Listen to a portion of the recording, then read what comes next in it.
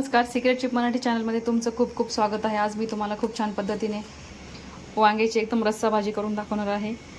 आणि ही पहा किती छान रस्सेदार भाजी झालेली आहे आपली। याच्यासोबत तुम्ही ज्वारीची भाकरी, बाजरीची भाकरी किंवा पोळ्या किंवा पुरी जर खाल्ली तर इतकी छान आणि इतकी टेस्टी लागते ना की याच्या पुढे काय सर्व काही फिका आहे, नॉनव्हेज देखील फिका आहे। तर तुम्ही नक्की करून बघा अशा पद्धतीची रेसिपी। आणि तुम्ही पाहू शकता तरी पण किती मस्त सुटलेली आहे, त्याला एकदम मस्त अशी छान तरीदार भाजी झालेली आहे। तर अशीच रेसिपी पाहण्यासाठी तुम्ही माझ्या सिक्रेट चिप मराठी चॅनलला सबस्क्राइब करा आणि लाईक करा। आता ही रेसिपी आपण कशी करायची ते बघणार आहोत। सिक्रेट चिप मराठी चॅनलमध्ये तुमचं खूप खूप स्वागत आहे। आज मी तुम्हाला कशाची भाजी करणार आहे तर तुम्हाला समजलंच असेल।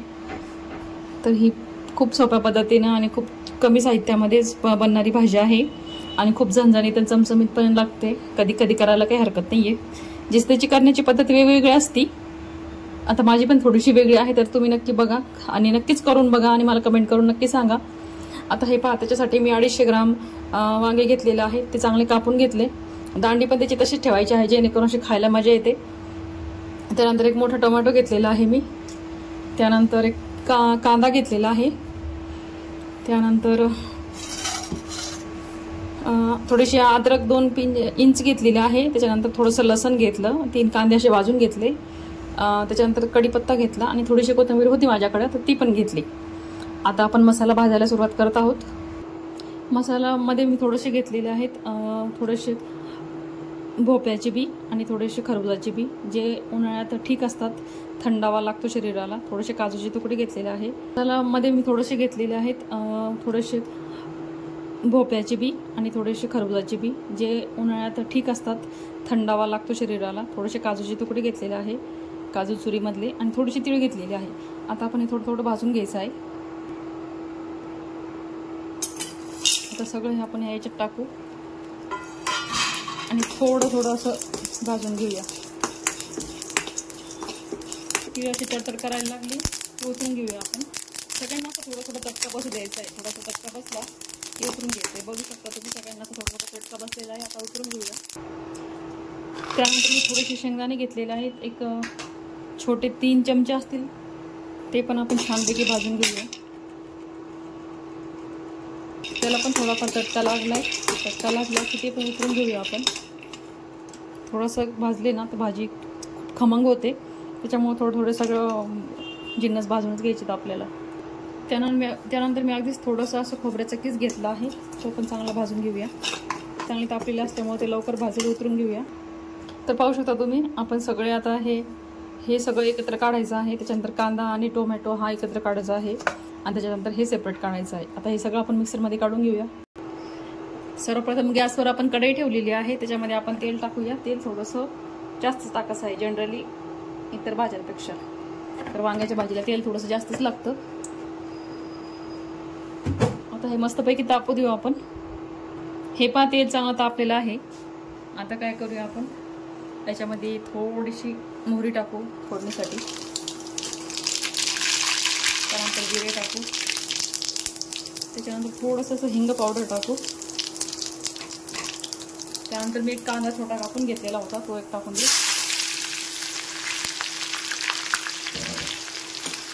कांदा चांगला फ्राय होऊ द्यायचा आहे, त्याचा स्मेल निघेपर्यंत। कांदा चांगला फ्राय झाला, त्याच्यात आपण जे अद्रक लसूण आणि कढीपत्त्याचं पेस्ट काढलं होतं ते टाकून देऊ, ते फ्राय करून देऊ।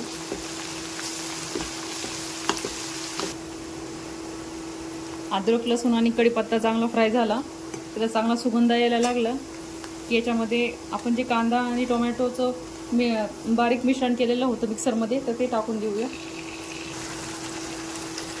टोमॅटो तुम्हाला वाटत असेल तर तुम्ही कापूनही टाकू शकता, पण असा ग्रेव्हीमध्ये मस्त लागतं एकदम, त्याच्यामुळे शक्यतो असंच टाका तुम्ही। याला चांगलं फ्राय होऊ देऊया। टोमॅटो टाकलेला असल्यामुळे आपण थोडंसं मीठ पण टाकणार आहे चवीपुरतं, जेणेकरून टोमॅटो चांगला लवकर नरम होईल। आता याला चांगलं तेल सुटेपर्यंत चांगले शिजू द्यायचे। तो पण मसाल्यामध्ये तुम्ही बघा, मी सर्वप्रथम एक मोठा चमचा भरून काश्मीरी लाल मिरची घेतली। हे घरचं लाल तिखट आहे, हे 1.5 चमचा आहे। तुम्ही तुमच्या गरजेनुसार घेऊ शकता, किती तिखट करता, किती तिखट खाता त्याच्यानुसार। त्याच्यानंतर कांदा लसूण अंबारीचा घेतलेला आहे, तो पण अर्धा चमचा. त्यानंतर घरचं गरम मसाला आहे. त्यानंतर एक अर्धा चमचा हळदी आहे. तर आता हे सगळे मसाले आपल्याला त्याच्यामध्ये टाकायचे आहेत. आणि हे जे वांगे आहेत हे कापून ठेवलेले आहेत मी, आणि त्याच्यामध्ये थोडंसं मीठ टाकलेलं होतं, जेणेकरून हे असे पांढरे शुभ्र राहिलेत, काळे झालेले नाही आहेत. थोडंसं जास्तीचं मीठ टाकायचं म्हणजे पांढरे शुभ्र राहतात वांगे. त्यानंतर बघू शकता तुम्ही आपलं तेल कसं मस्तपैकी वरती आलेलं आहे. हे असंच तेल वरती आलं असंच तेल वरती आलं पाहिजे, जेणेकरून काय होतं भाजीला तरी पण खूप मस्त येते. हे कांद्याचं आहे टर्कल भाजलेलं, काही होत नाही त्याला, छान लागतं ते पण. आता काय करायचं, थोडंसं सुगंध येतोय का त्याचा छान फ्राय झालेला टोमॅटोचा, ते बघायचं. छान सुगंध येत आहे, तेल पण वरती आलेलं आहे, म्हणजे आपला परफेक्ट असा मसाला फ्राय झालेला आहे. आता काय करायचं, हा जे मसाले आपण झाकणामध्ये काढून ठेवलेले होते ते सगळे ओतून द्यायचे त्याच्यात. आणि याला पण असं मस्तपैकी फ्राय करायचं आहे तेलामध्ये. हे गरम असल्यामुळे हे आपोआप तळल्या जातं, त्याच्यामुळे त्याचं टेन्शन घ्यायचं नाही. शेगडीची फ्लेम एकदम कमी करायची आहे, जेणेकरून पुन्हा तेल सुटू द्यायचं आहे याला. ते पाहू शकता तेल आता सुटत आहे त्याला. आता आपण हे जे मिश्रण काढलेलं होतं, जे तुम्हाला दाखवलेलं होतं मी, तर ते सगळं याच्यात ओतून द्यायचं आहे असं. आणि शक्यतो कोरडंच काढायचं आहे. कोरडं काढल्यानंतर भाजीला तरी मस्त येते एकदम. आता याला छान हलवून घेऊया आपण. हे पाहू शकता मसाला एकदम मस्तपैकी कलरफुल मस्त दिसत आहे. आता मी हा चांगला याच्यात तेलात फ्राय करून घेतला. आता काय करायचं, मी एकीकडे गरम पाणी ठेवलेलं होतं, ते गरम पाणीच याला वापरायचं आहे. थोडंसं टाकायचं आहे गरम पाणी टाकून त्याला छान हलवून घ्यायचं आहे, जेणेकरून काय होईल की त्याला तेल सुटवायचं आहे आपल्याला.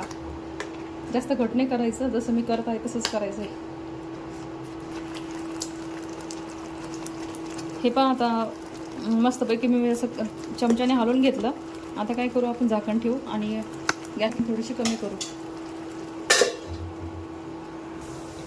तर पाहूया आपण आपला मसाला चांगला शिजलेला आहे की नाही. पाहू शकता किती छान तेल सुटलेलं आहे,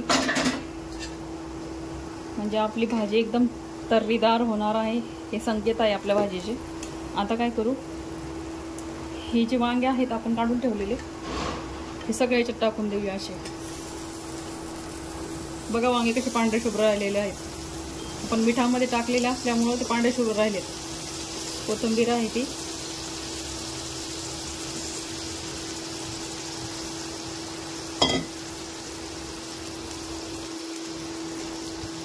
आधी वांग्याला मस्तपैकी याच्यामध्ये डीप करू आणि त्यानंतर पाणी टाकू आपण.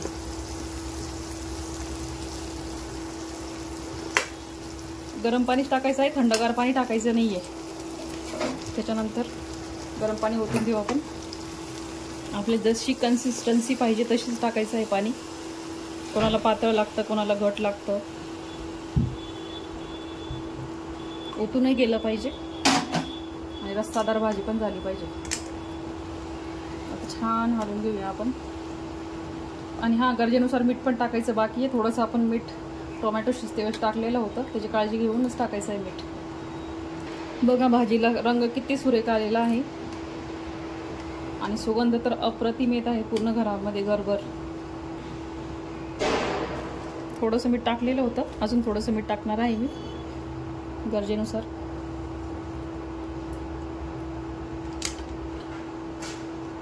आता याला झाकण ठेवून शिजू देऊया आपण एक 5-7 मिनटं. हे पात्र पाहू शकता तुम्ही, आपली वांग्याची भाजी मस्तपैकी शिजलेली आहे. मी तुम्हाला सर्व करून दाखवते बघा. आणि मस्त तरी पण किती मस्त आलेली आहे पाही तरी. तर तुम्ही नक्की ट्राय करून बघा. आणि तुम्हाला माझ्या चॅनलवरच्या रेसिपी जर आवडल्या तर माझ्या चॅनलला लाईक आणि सबस्क्राईब जरूर करा आणि इतरांना शेअर देखील करा. आता सर्व करून दाखवते मी एका प्लेटमध्ये.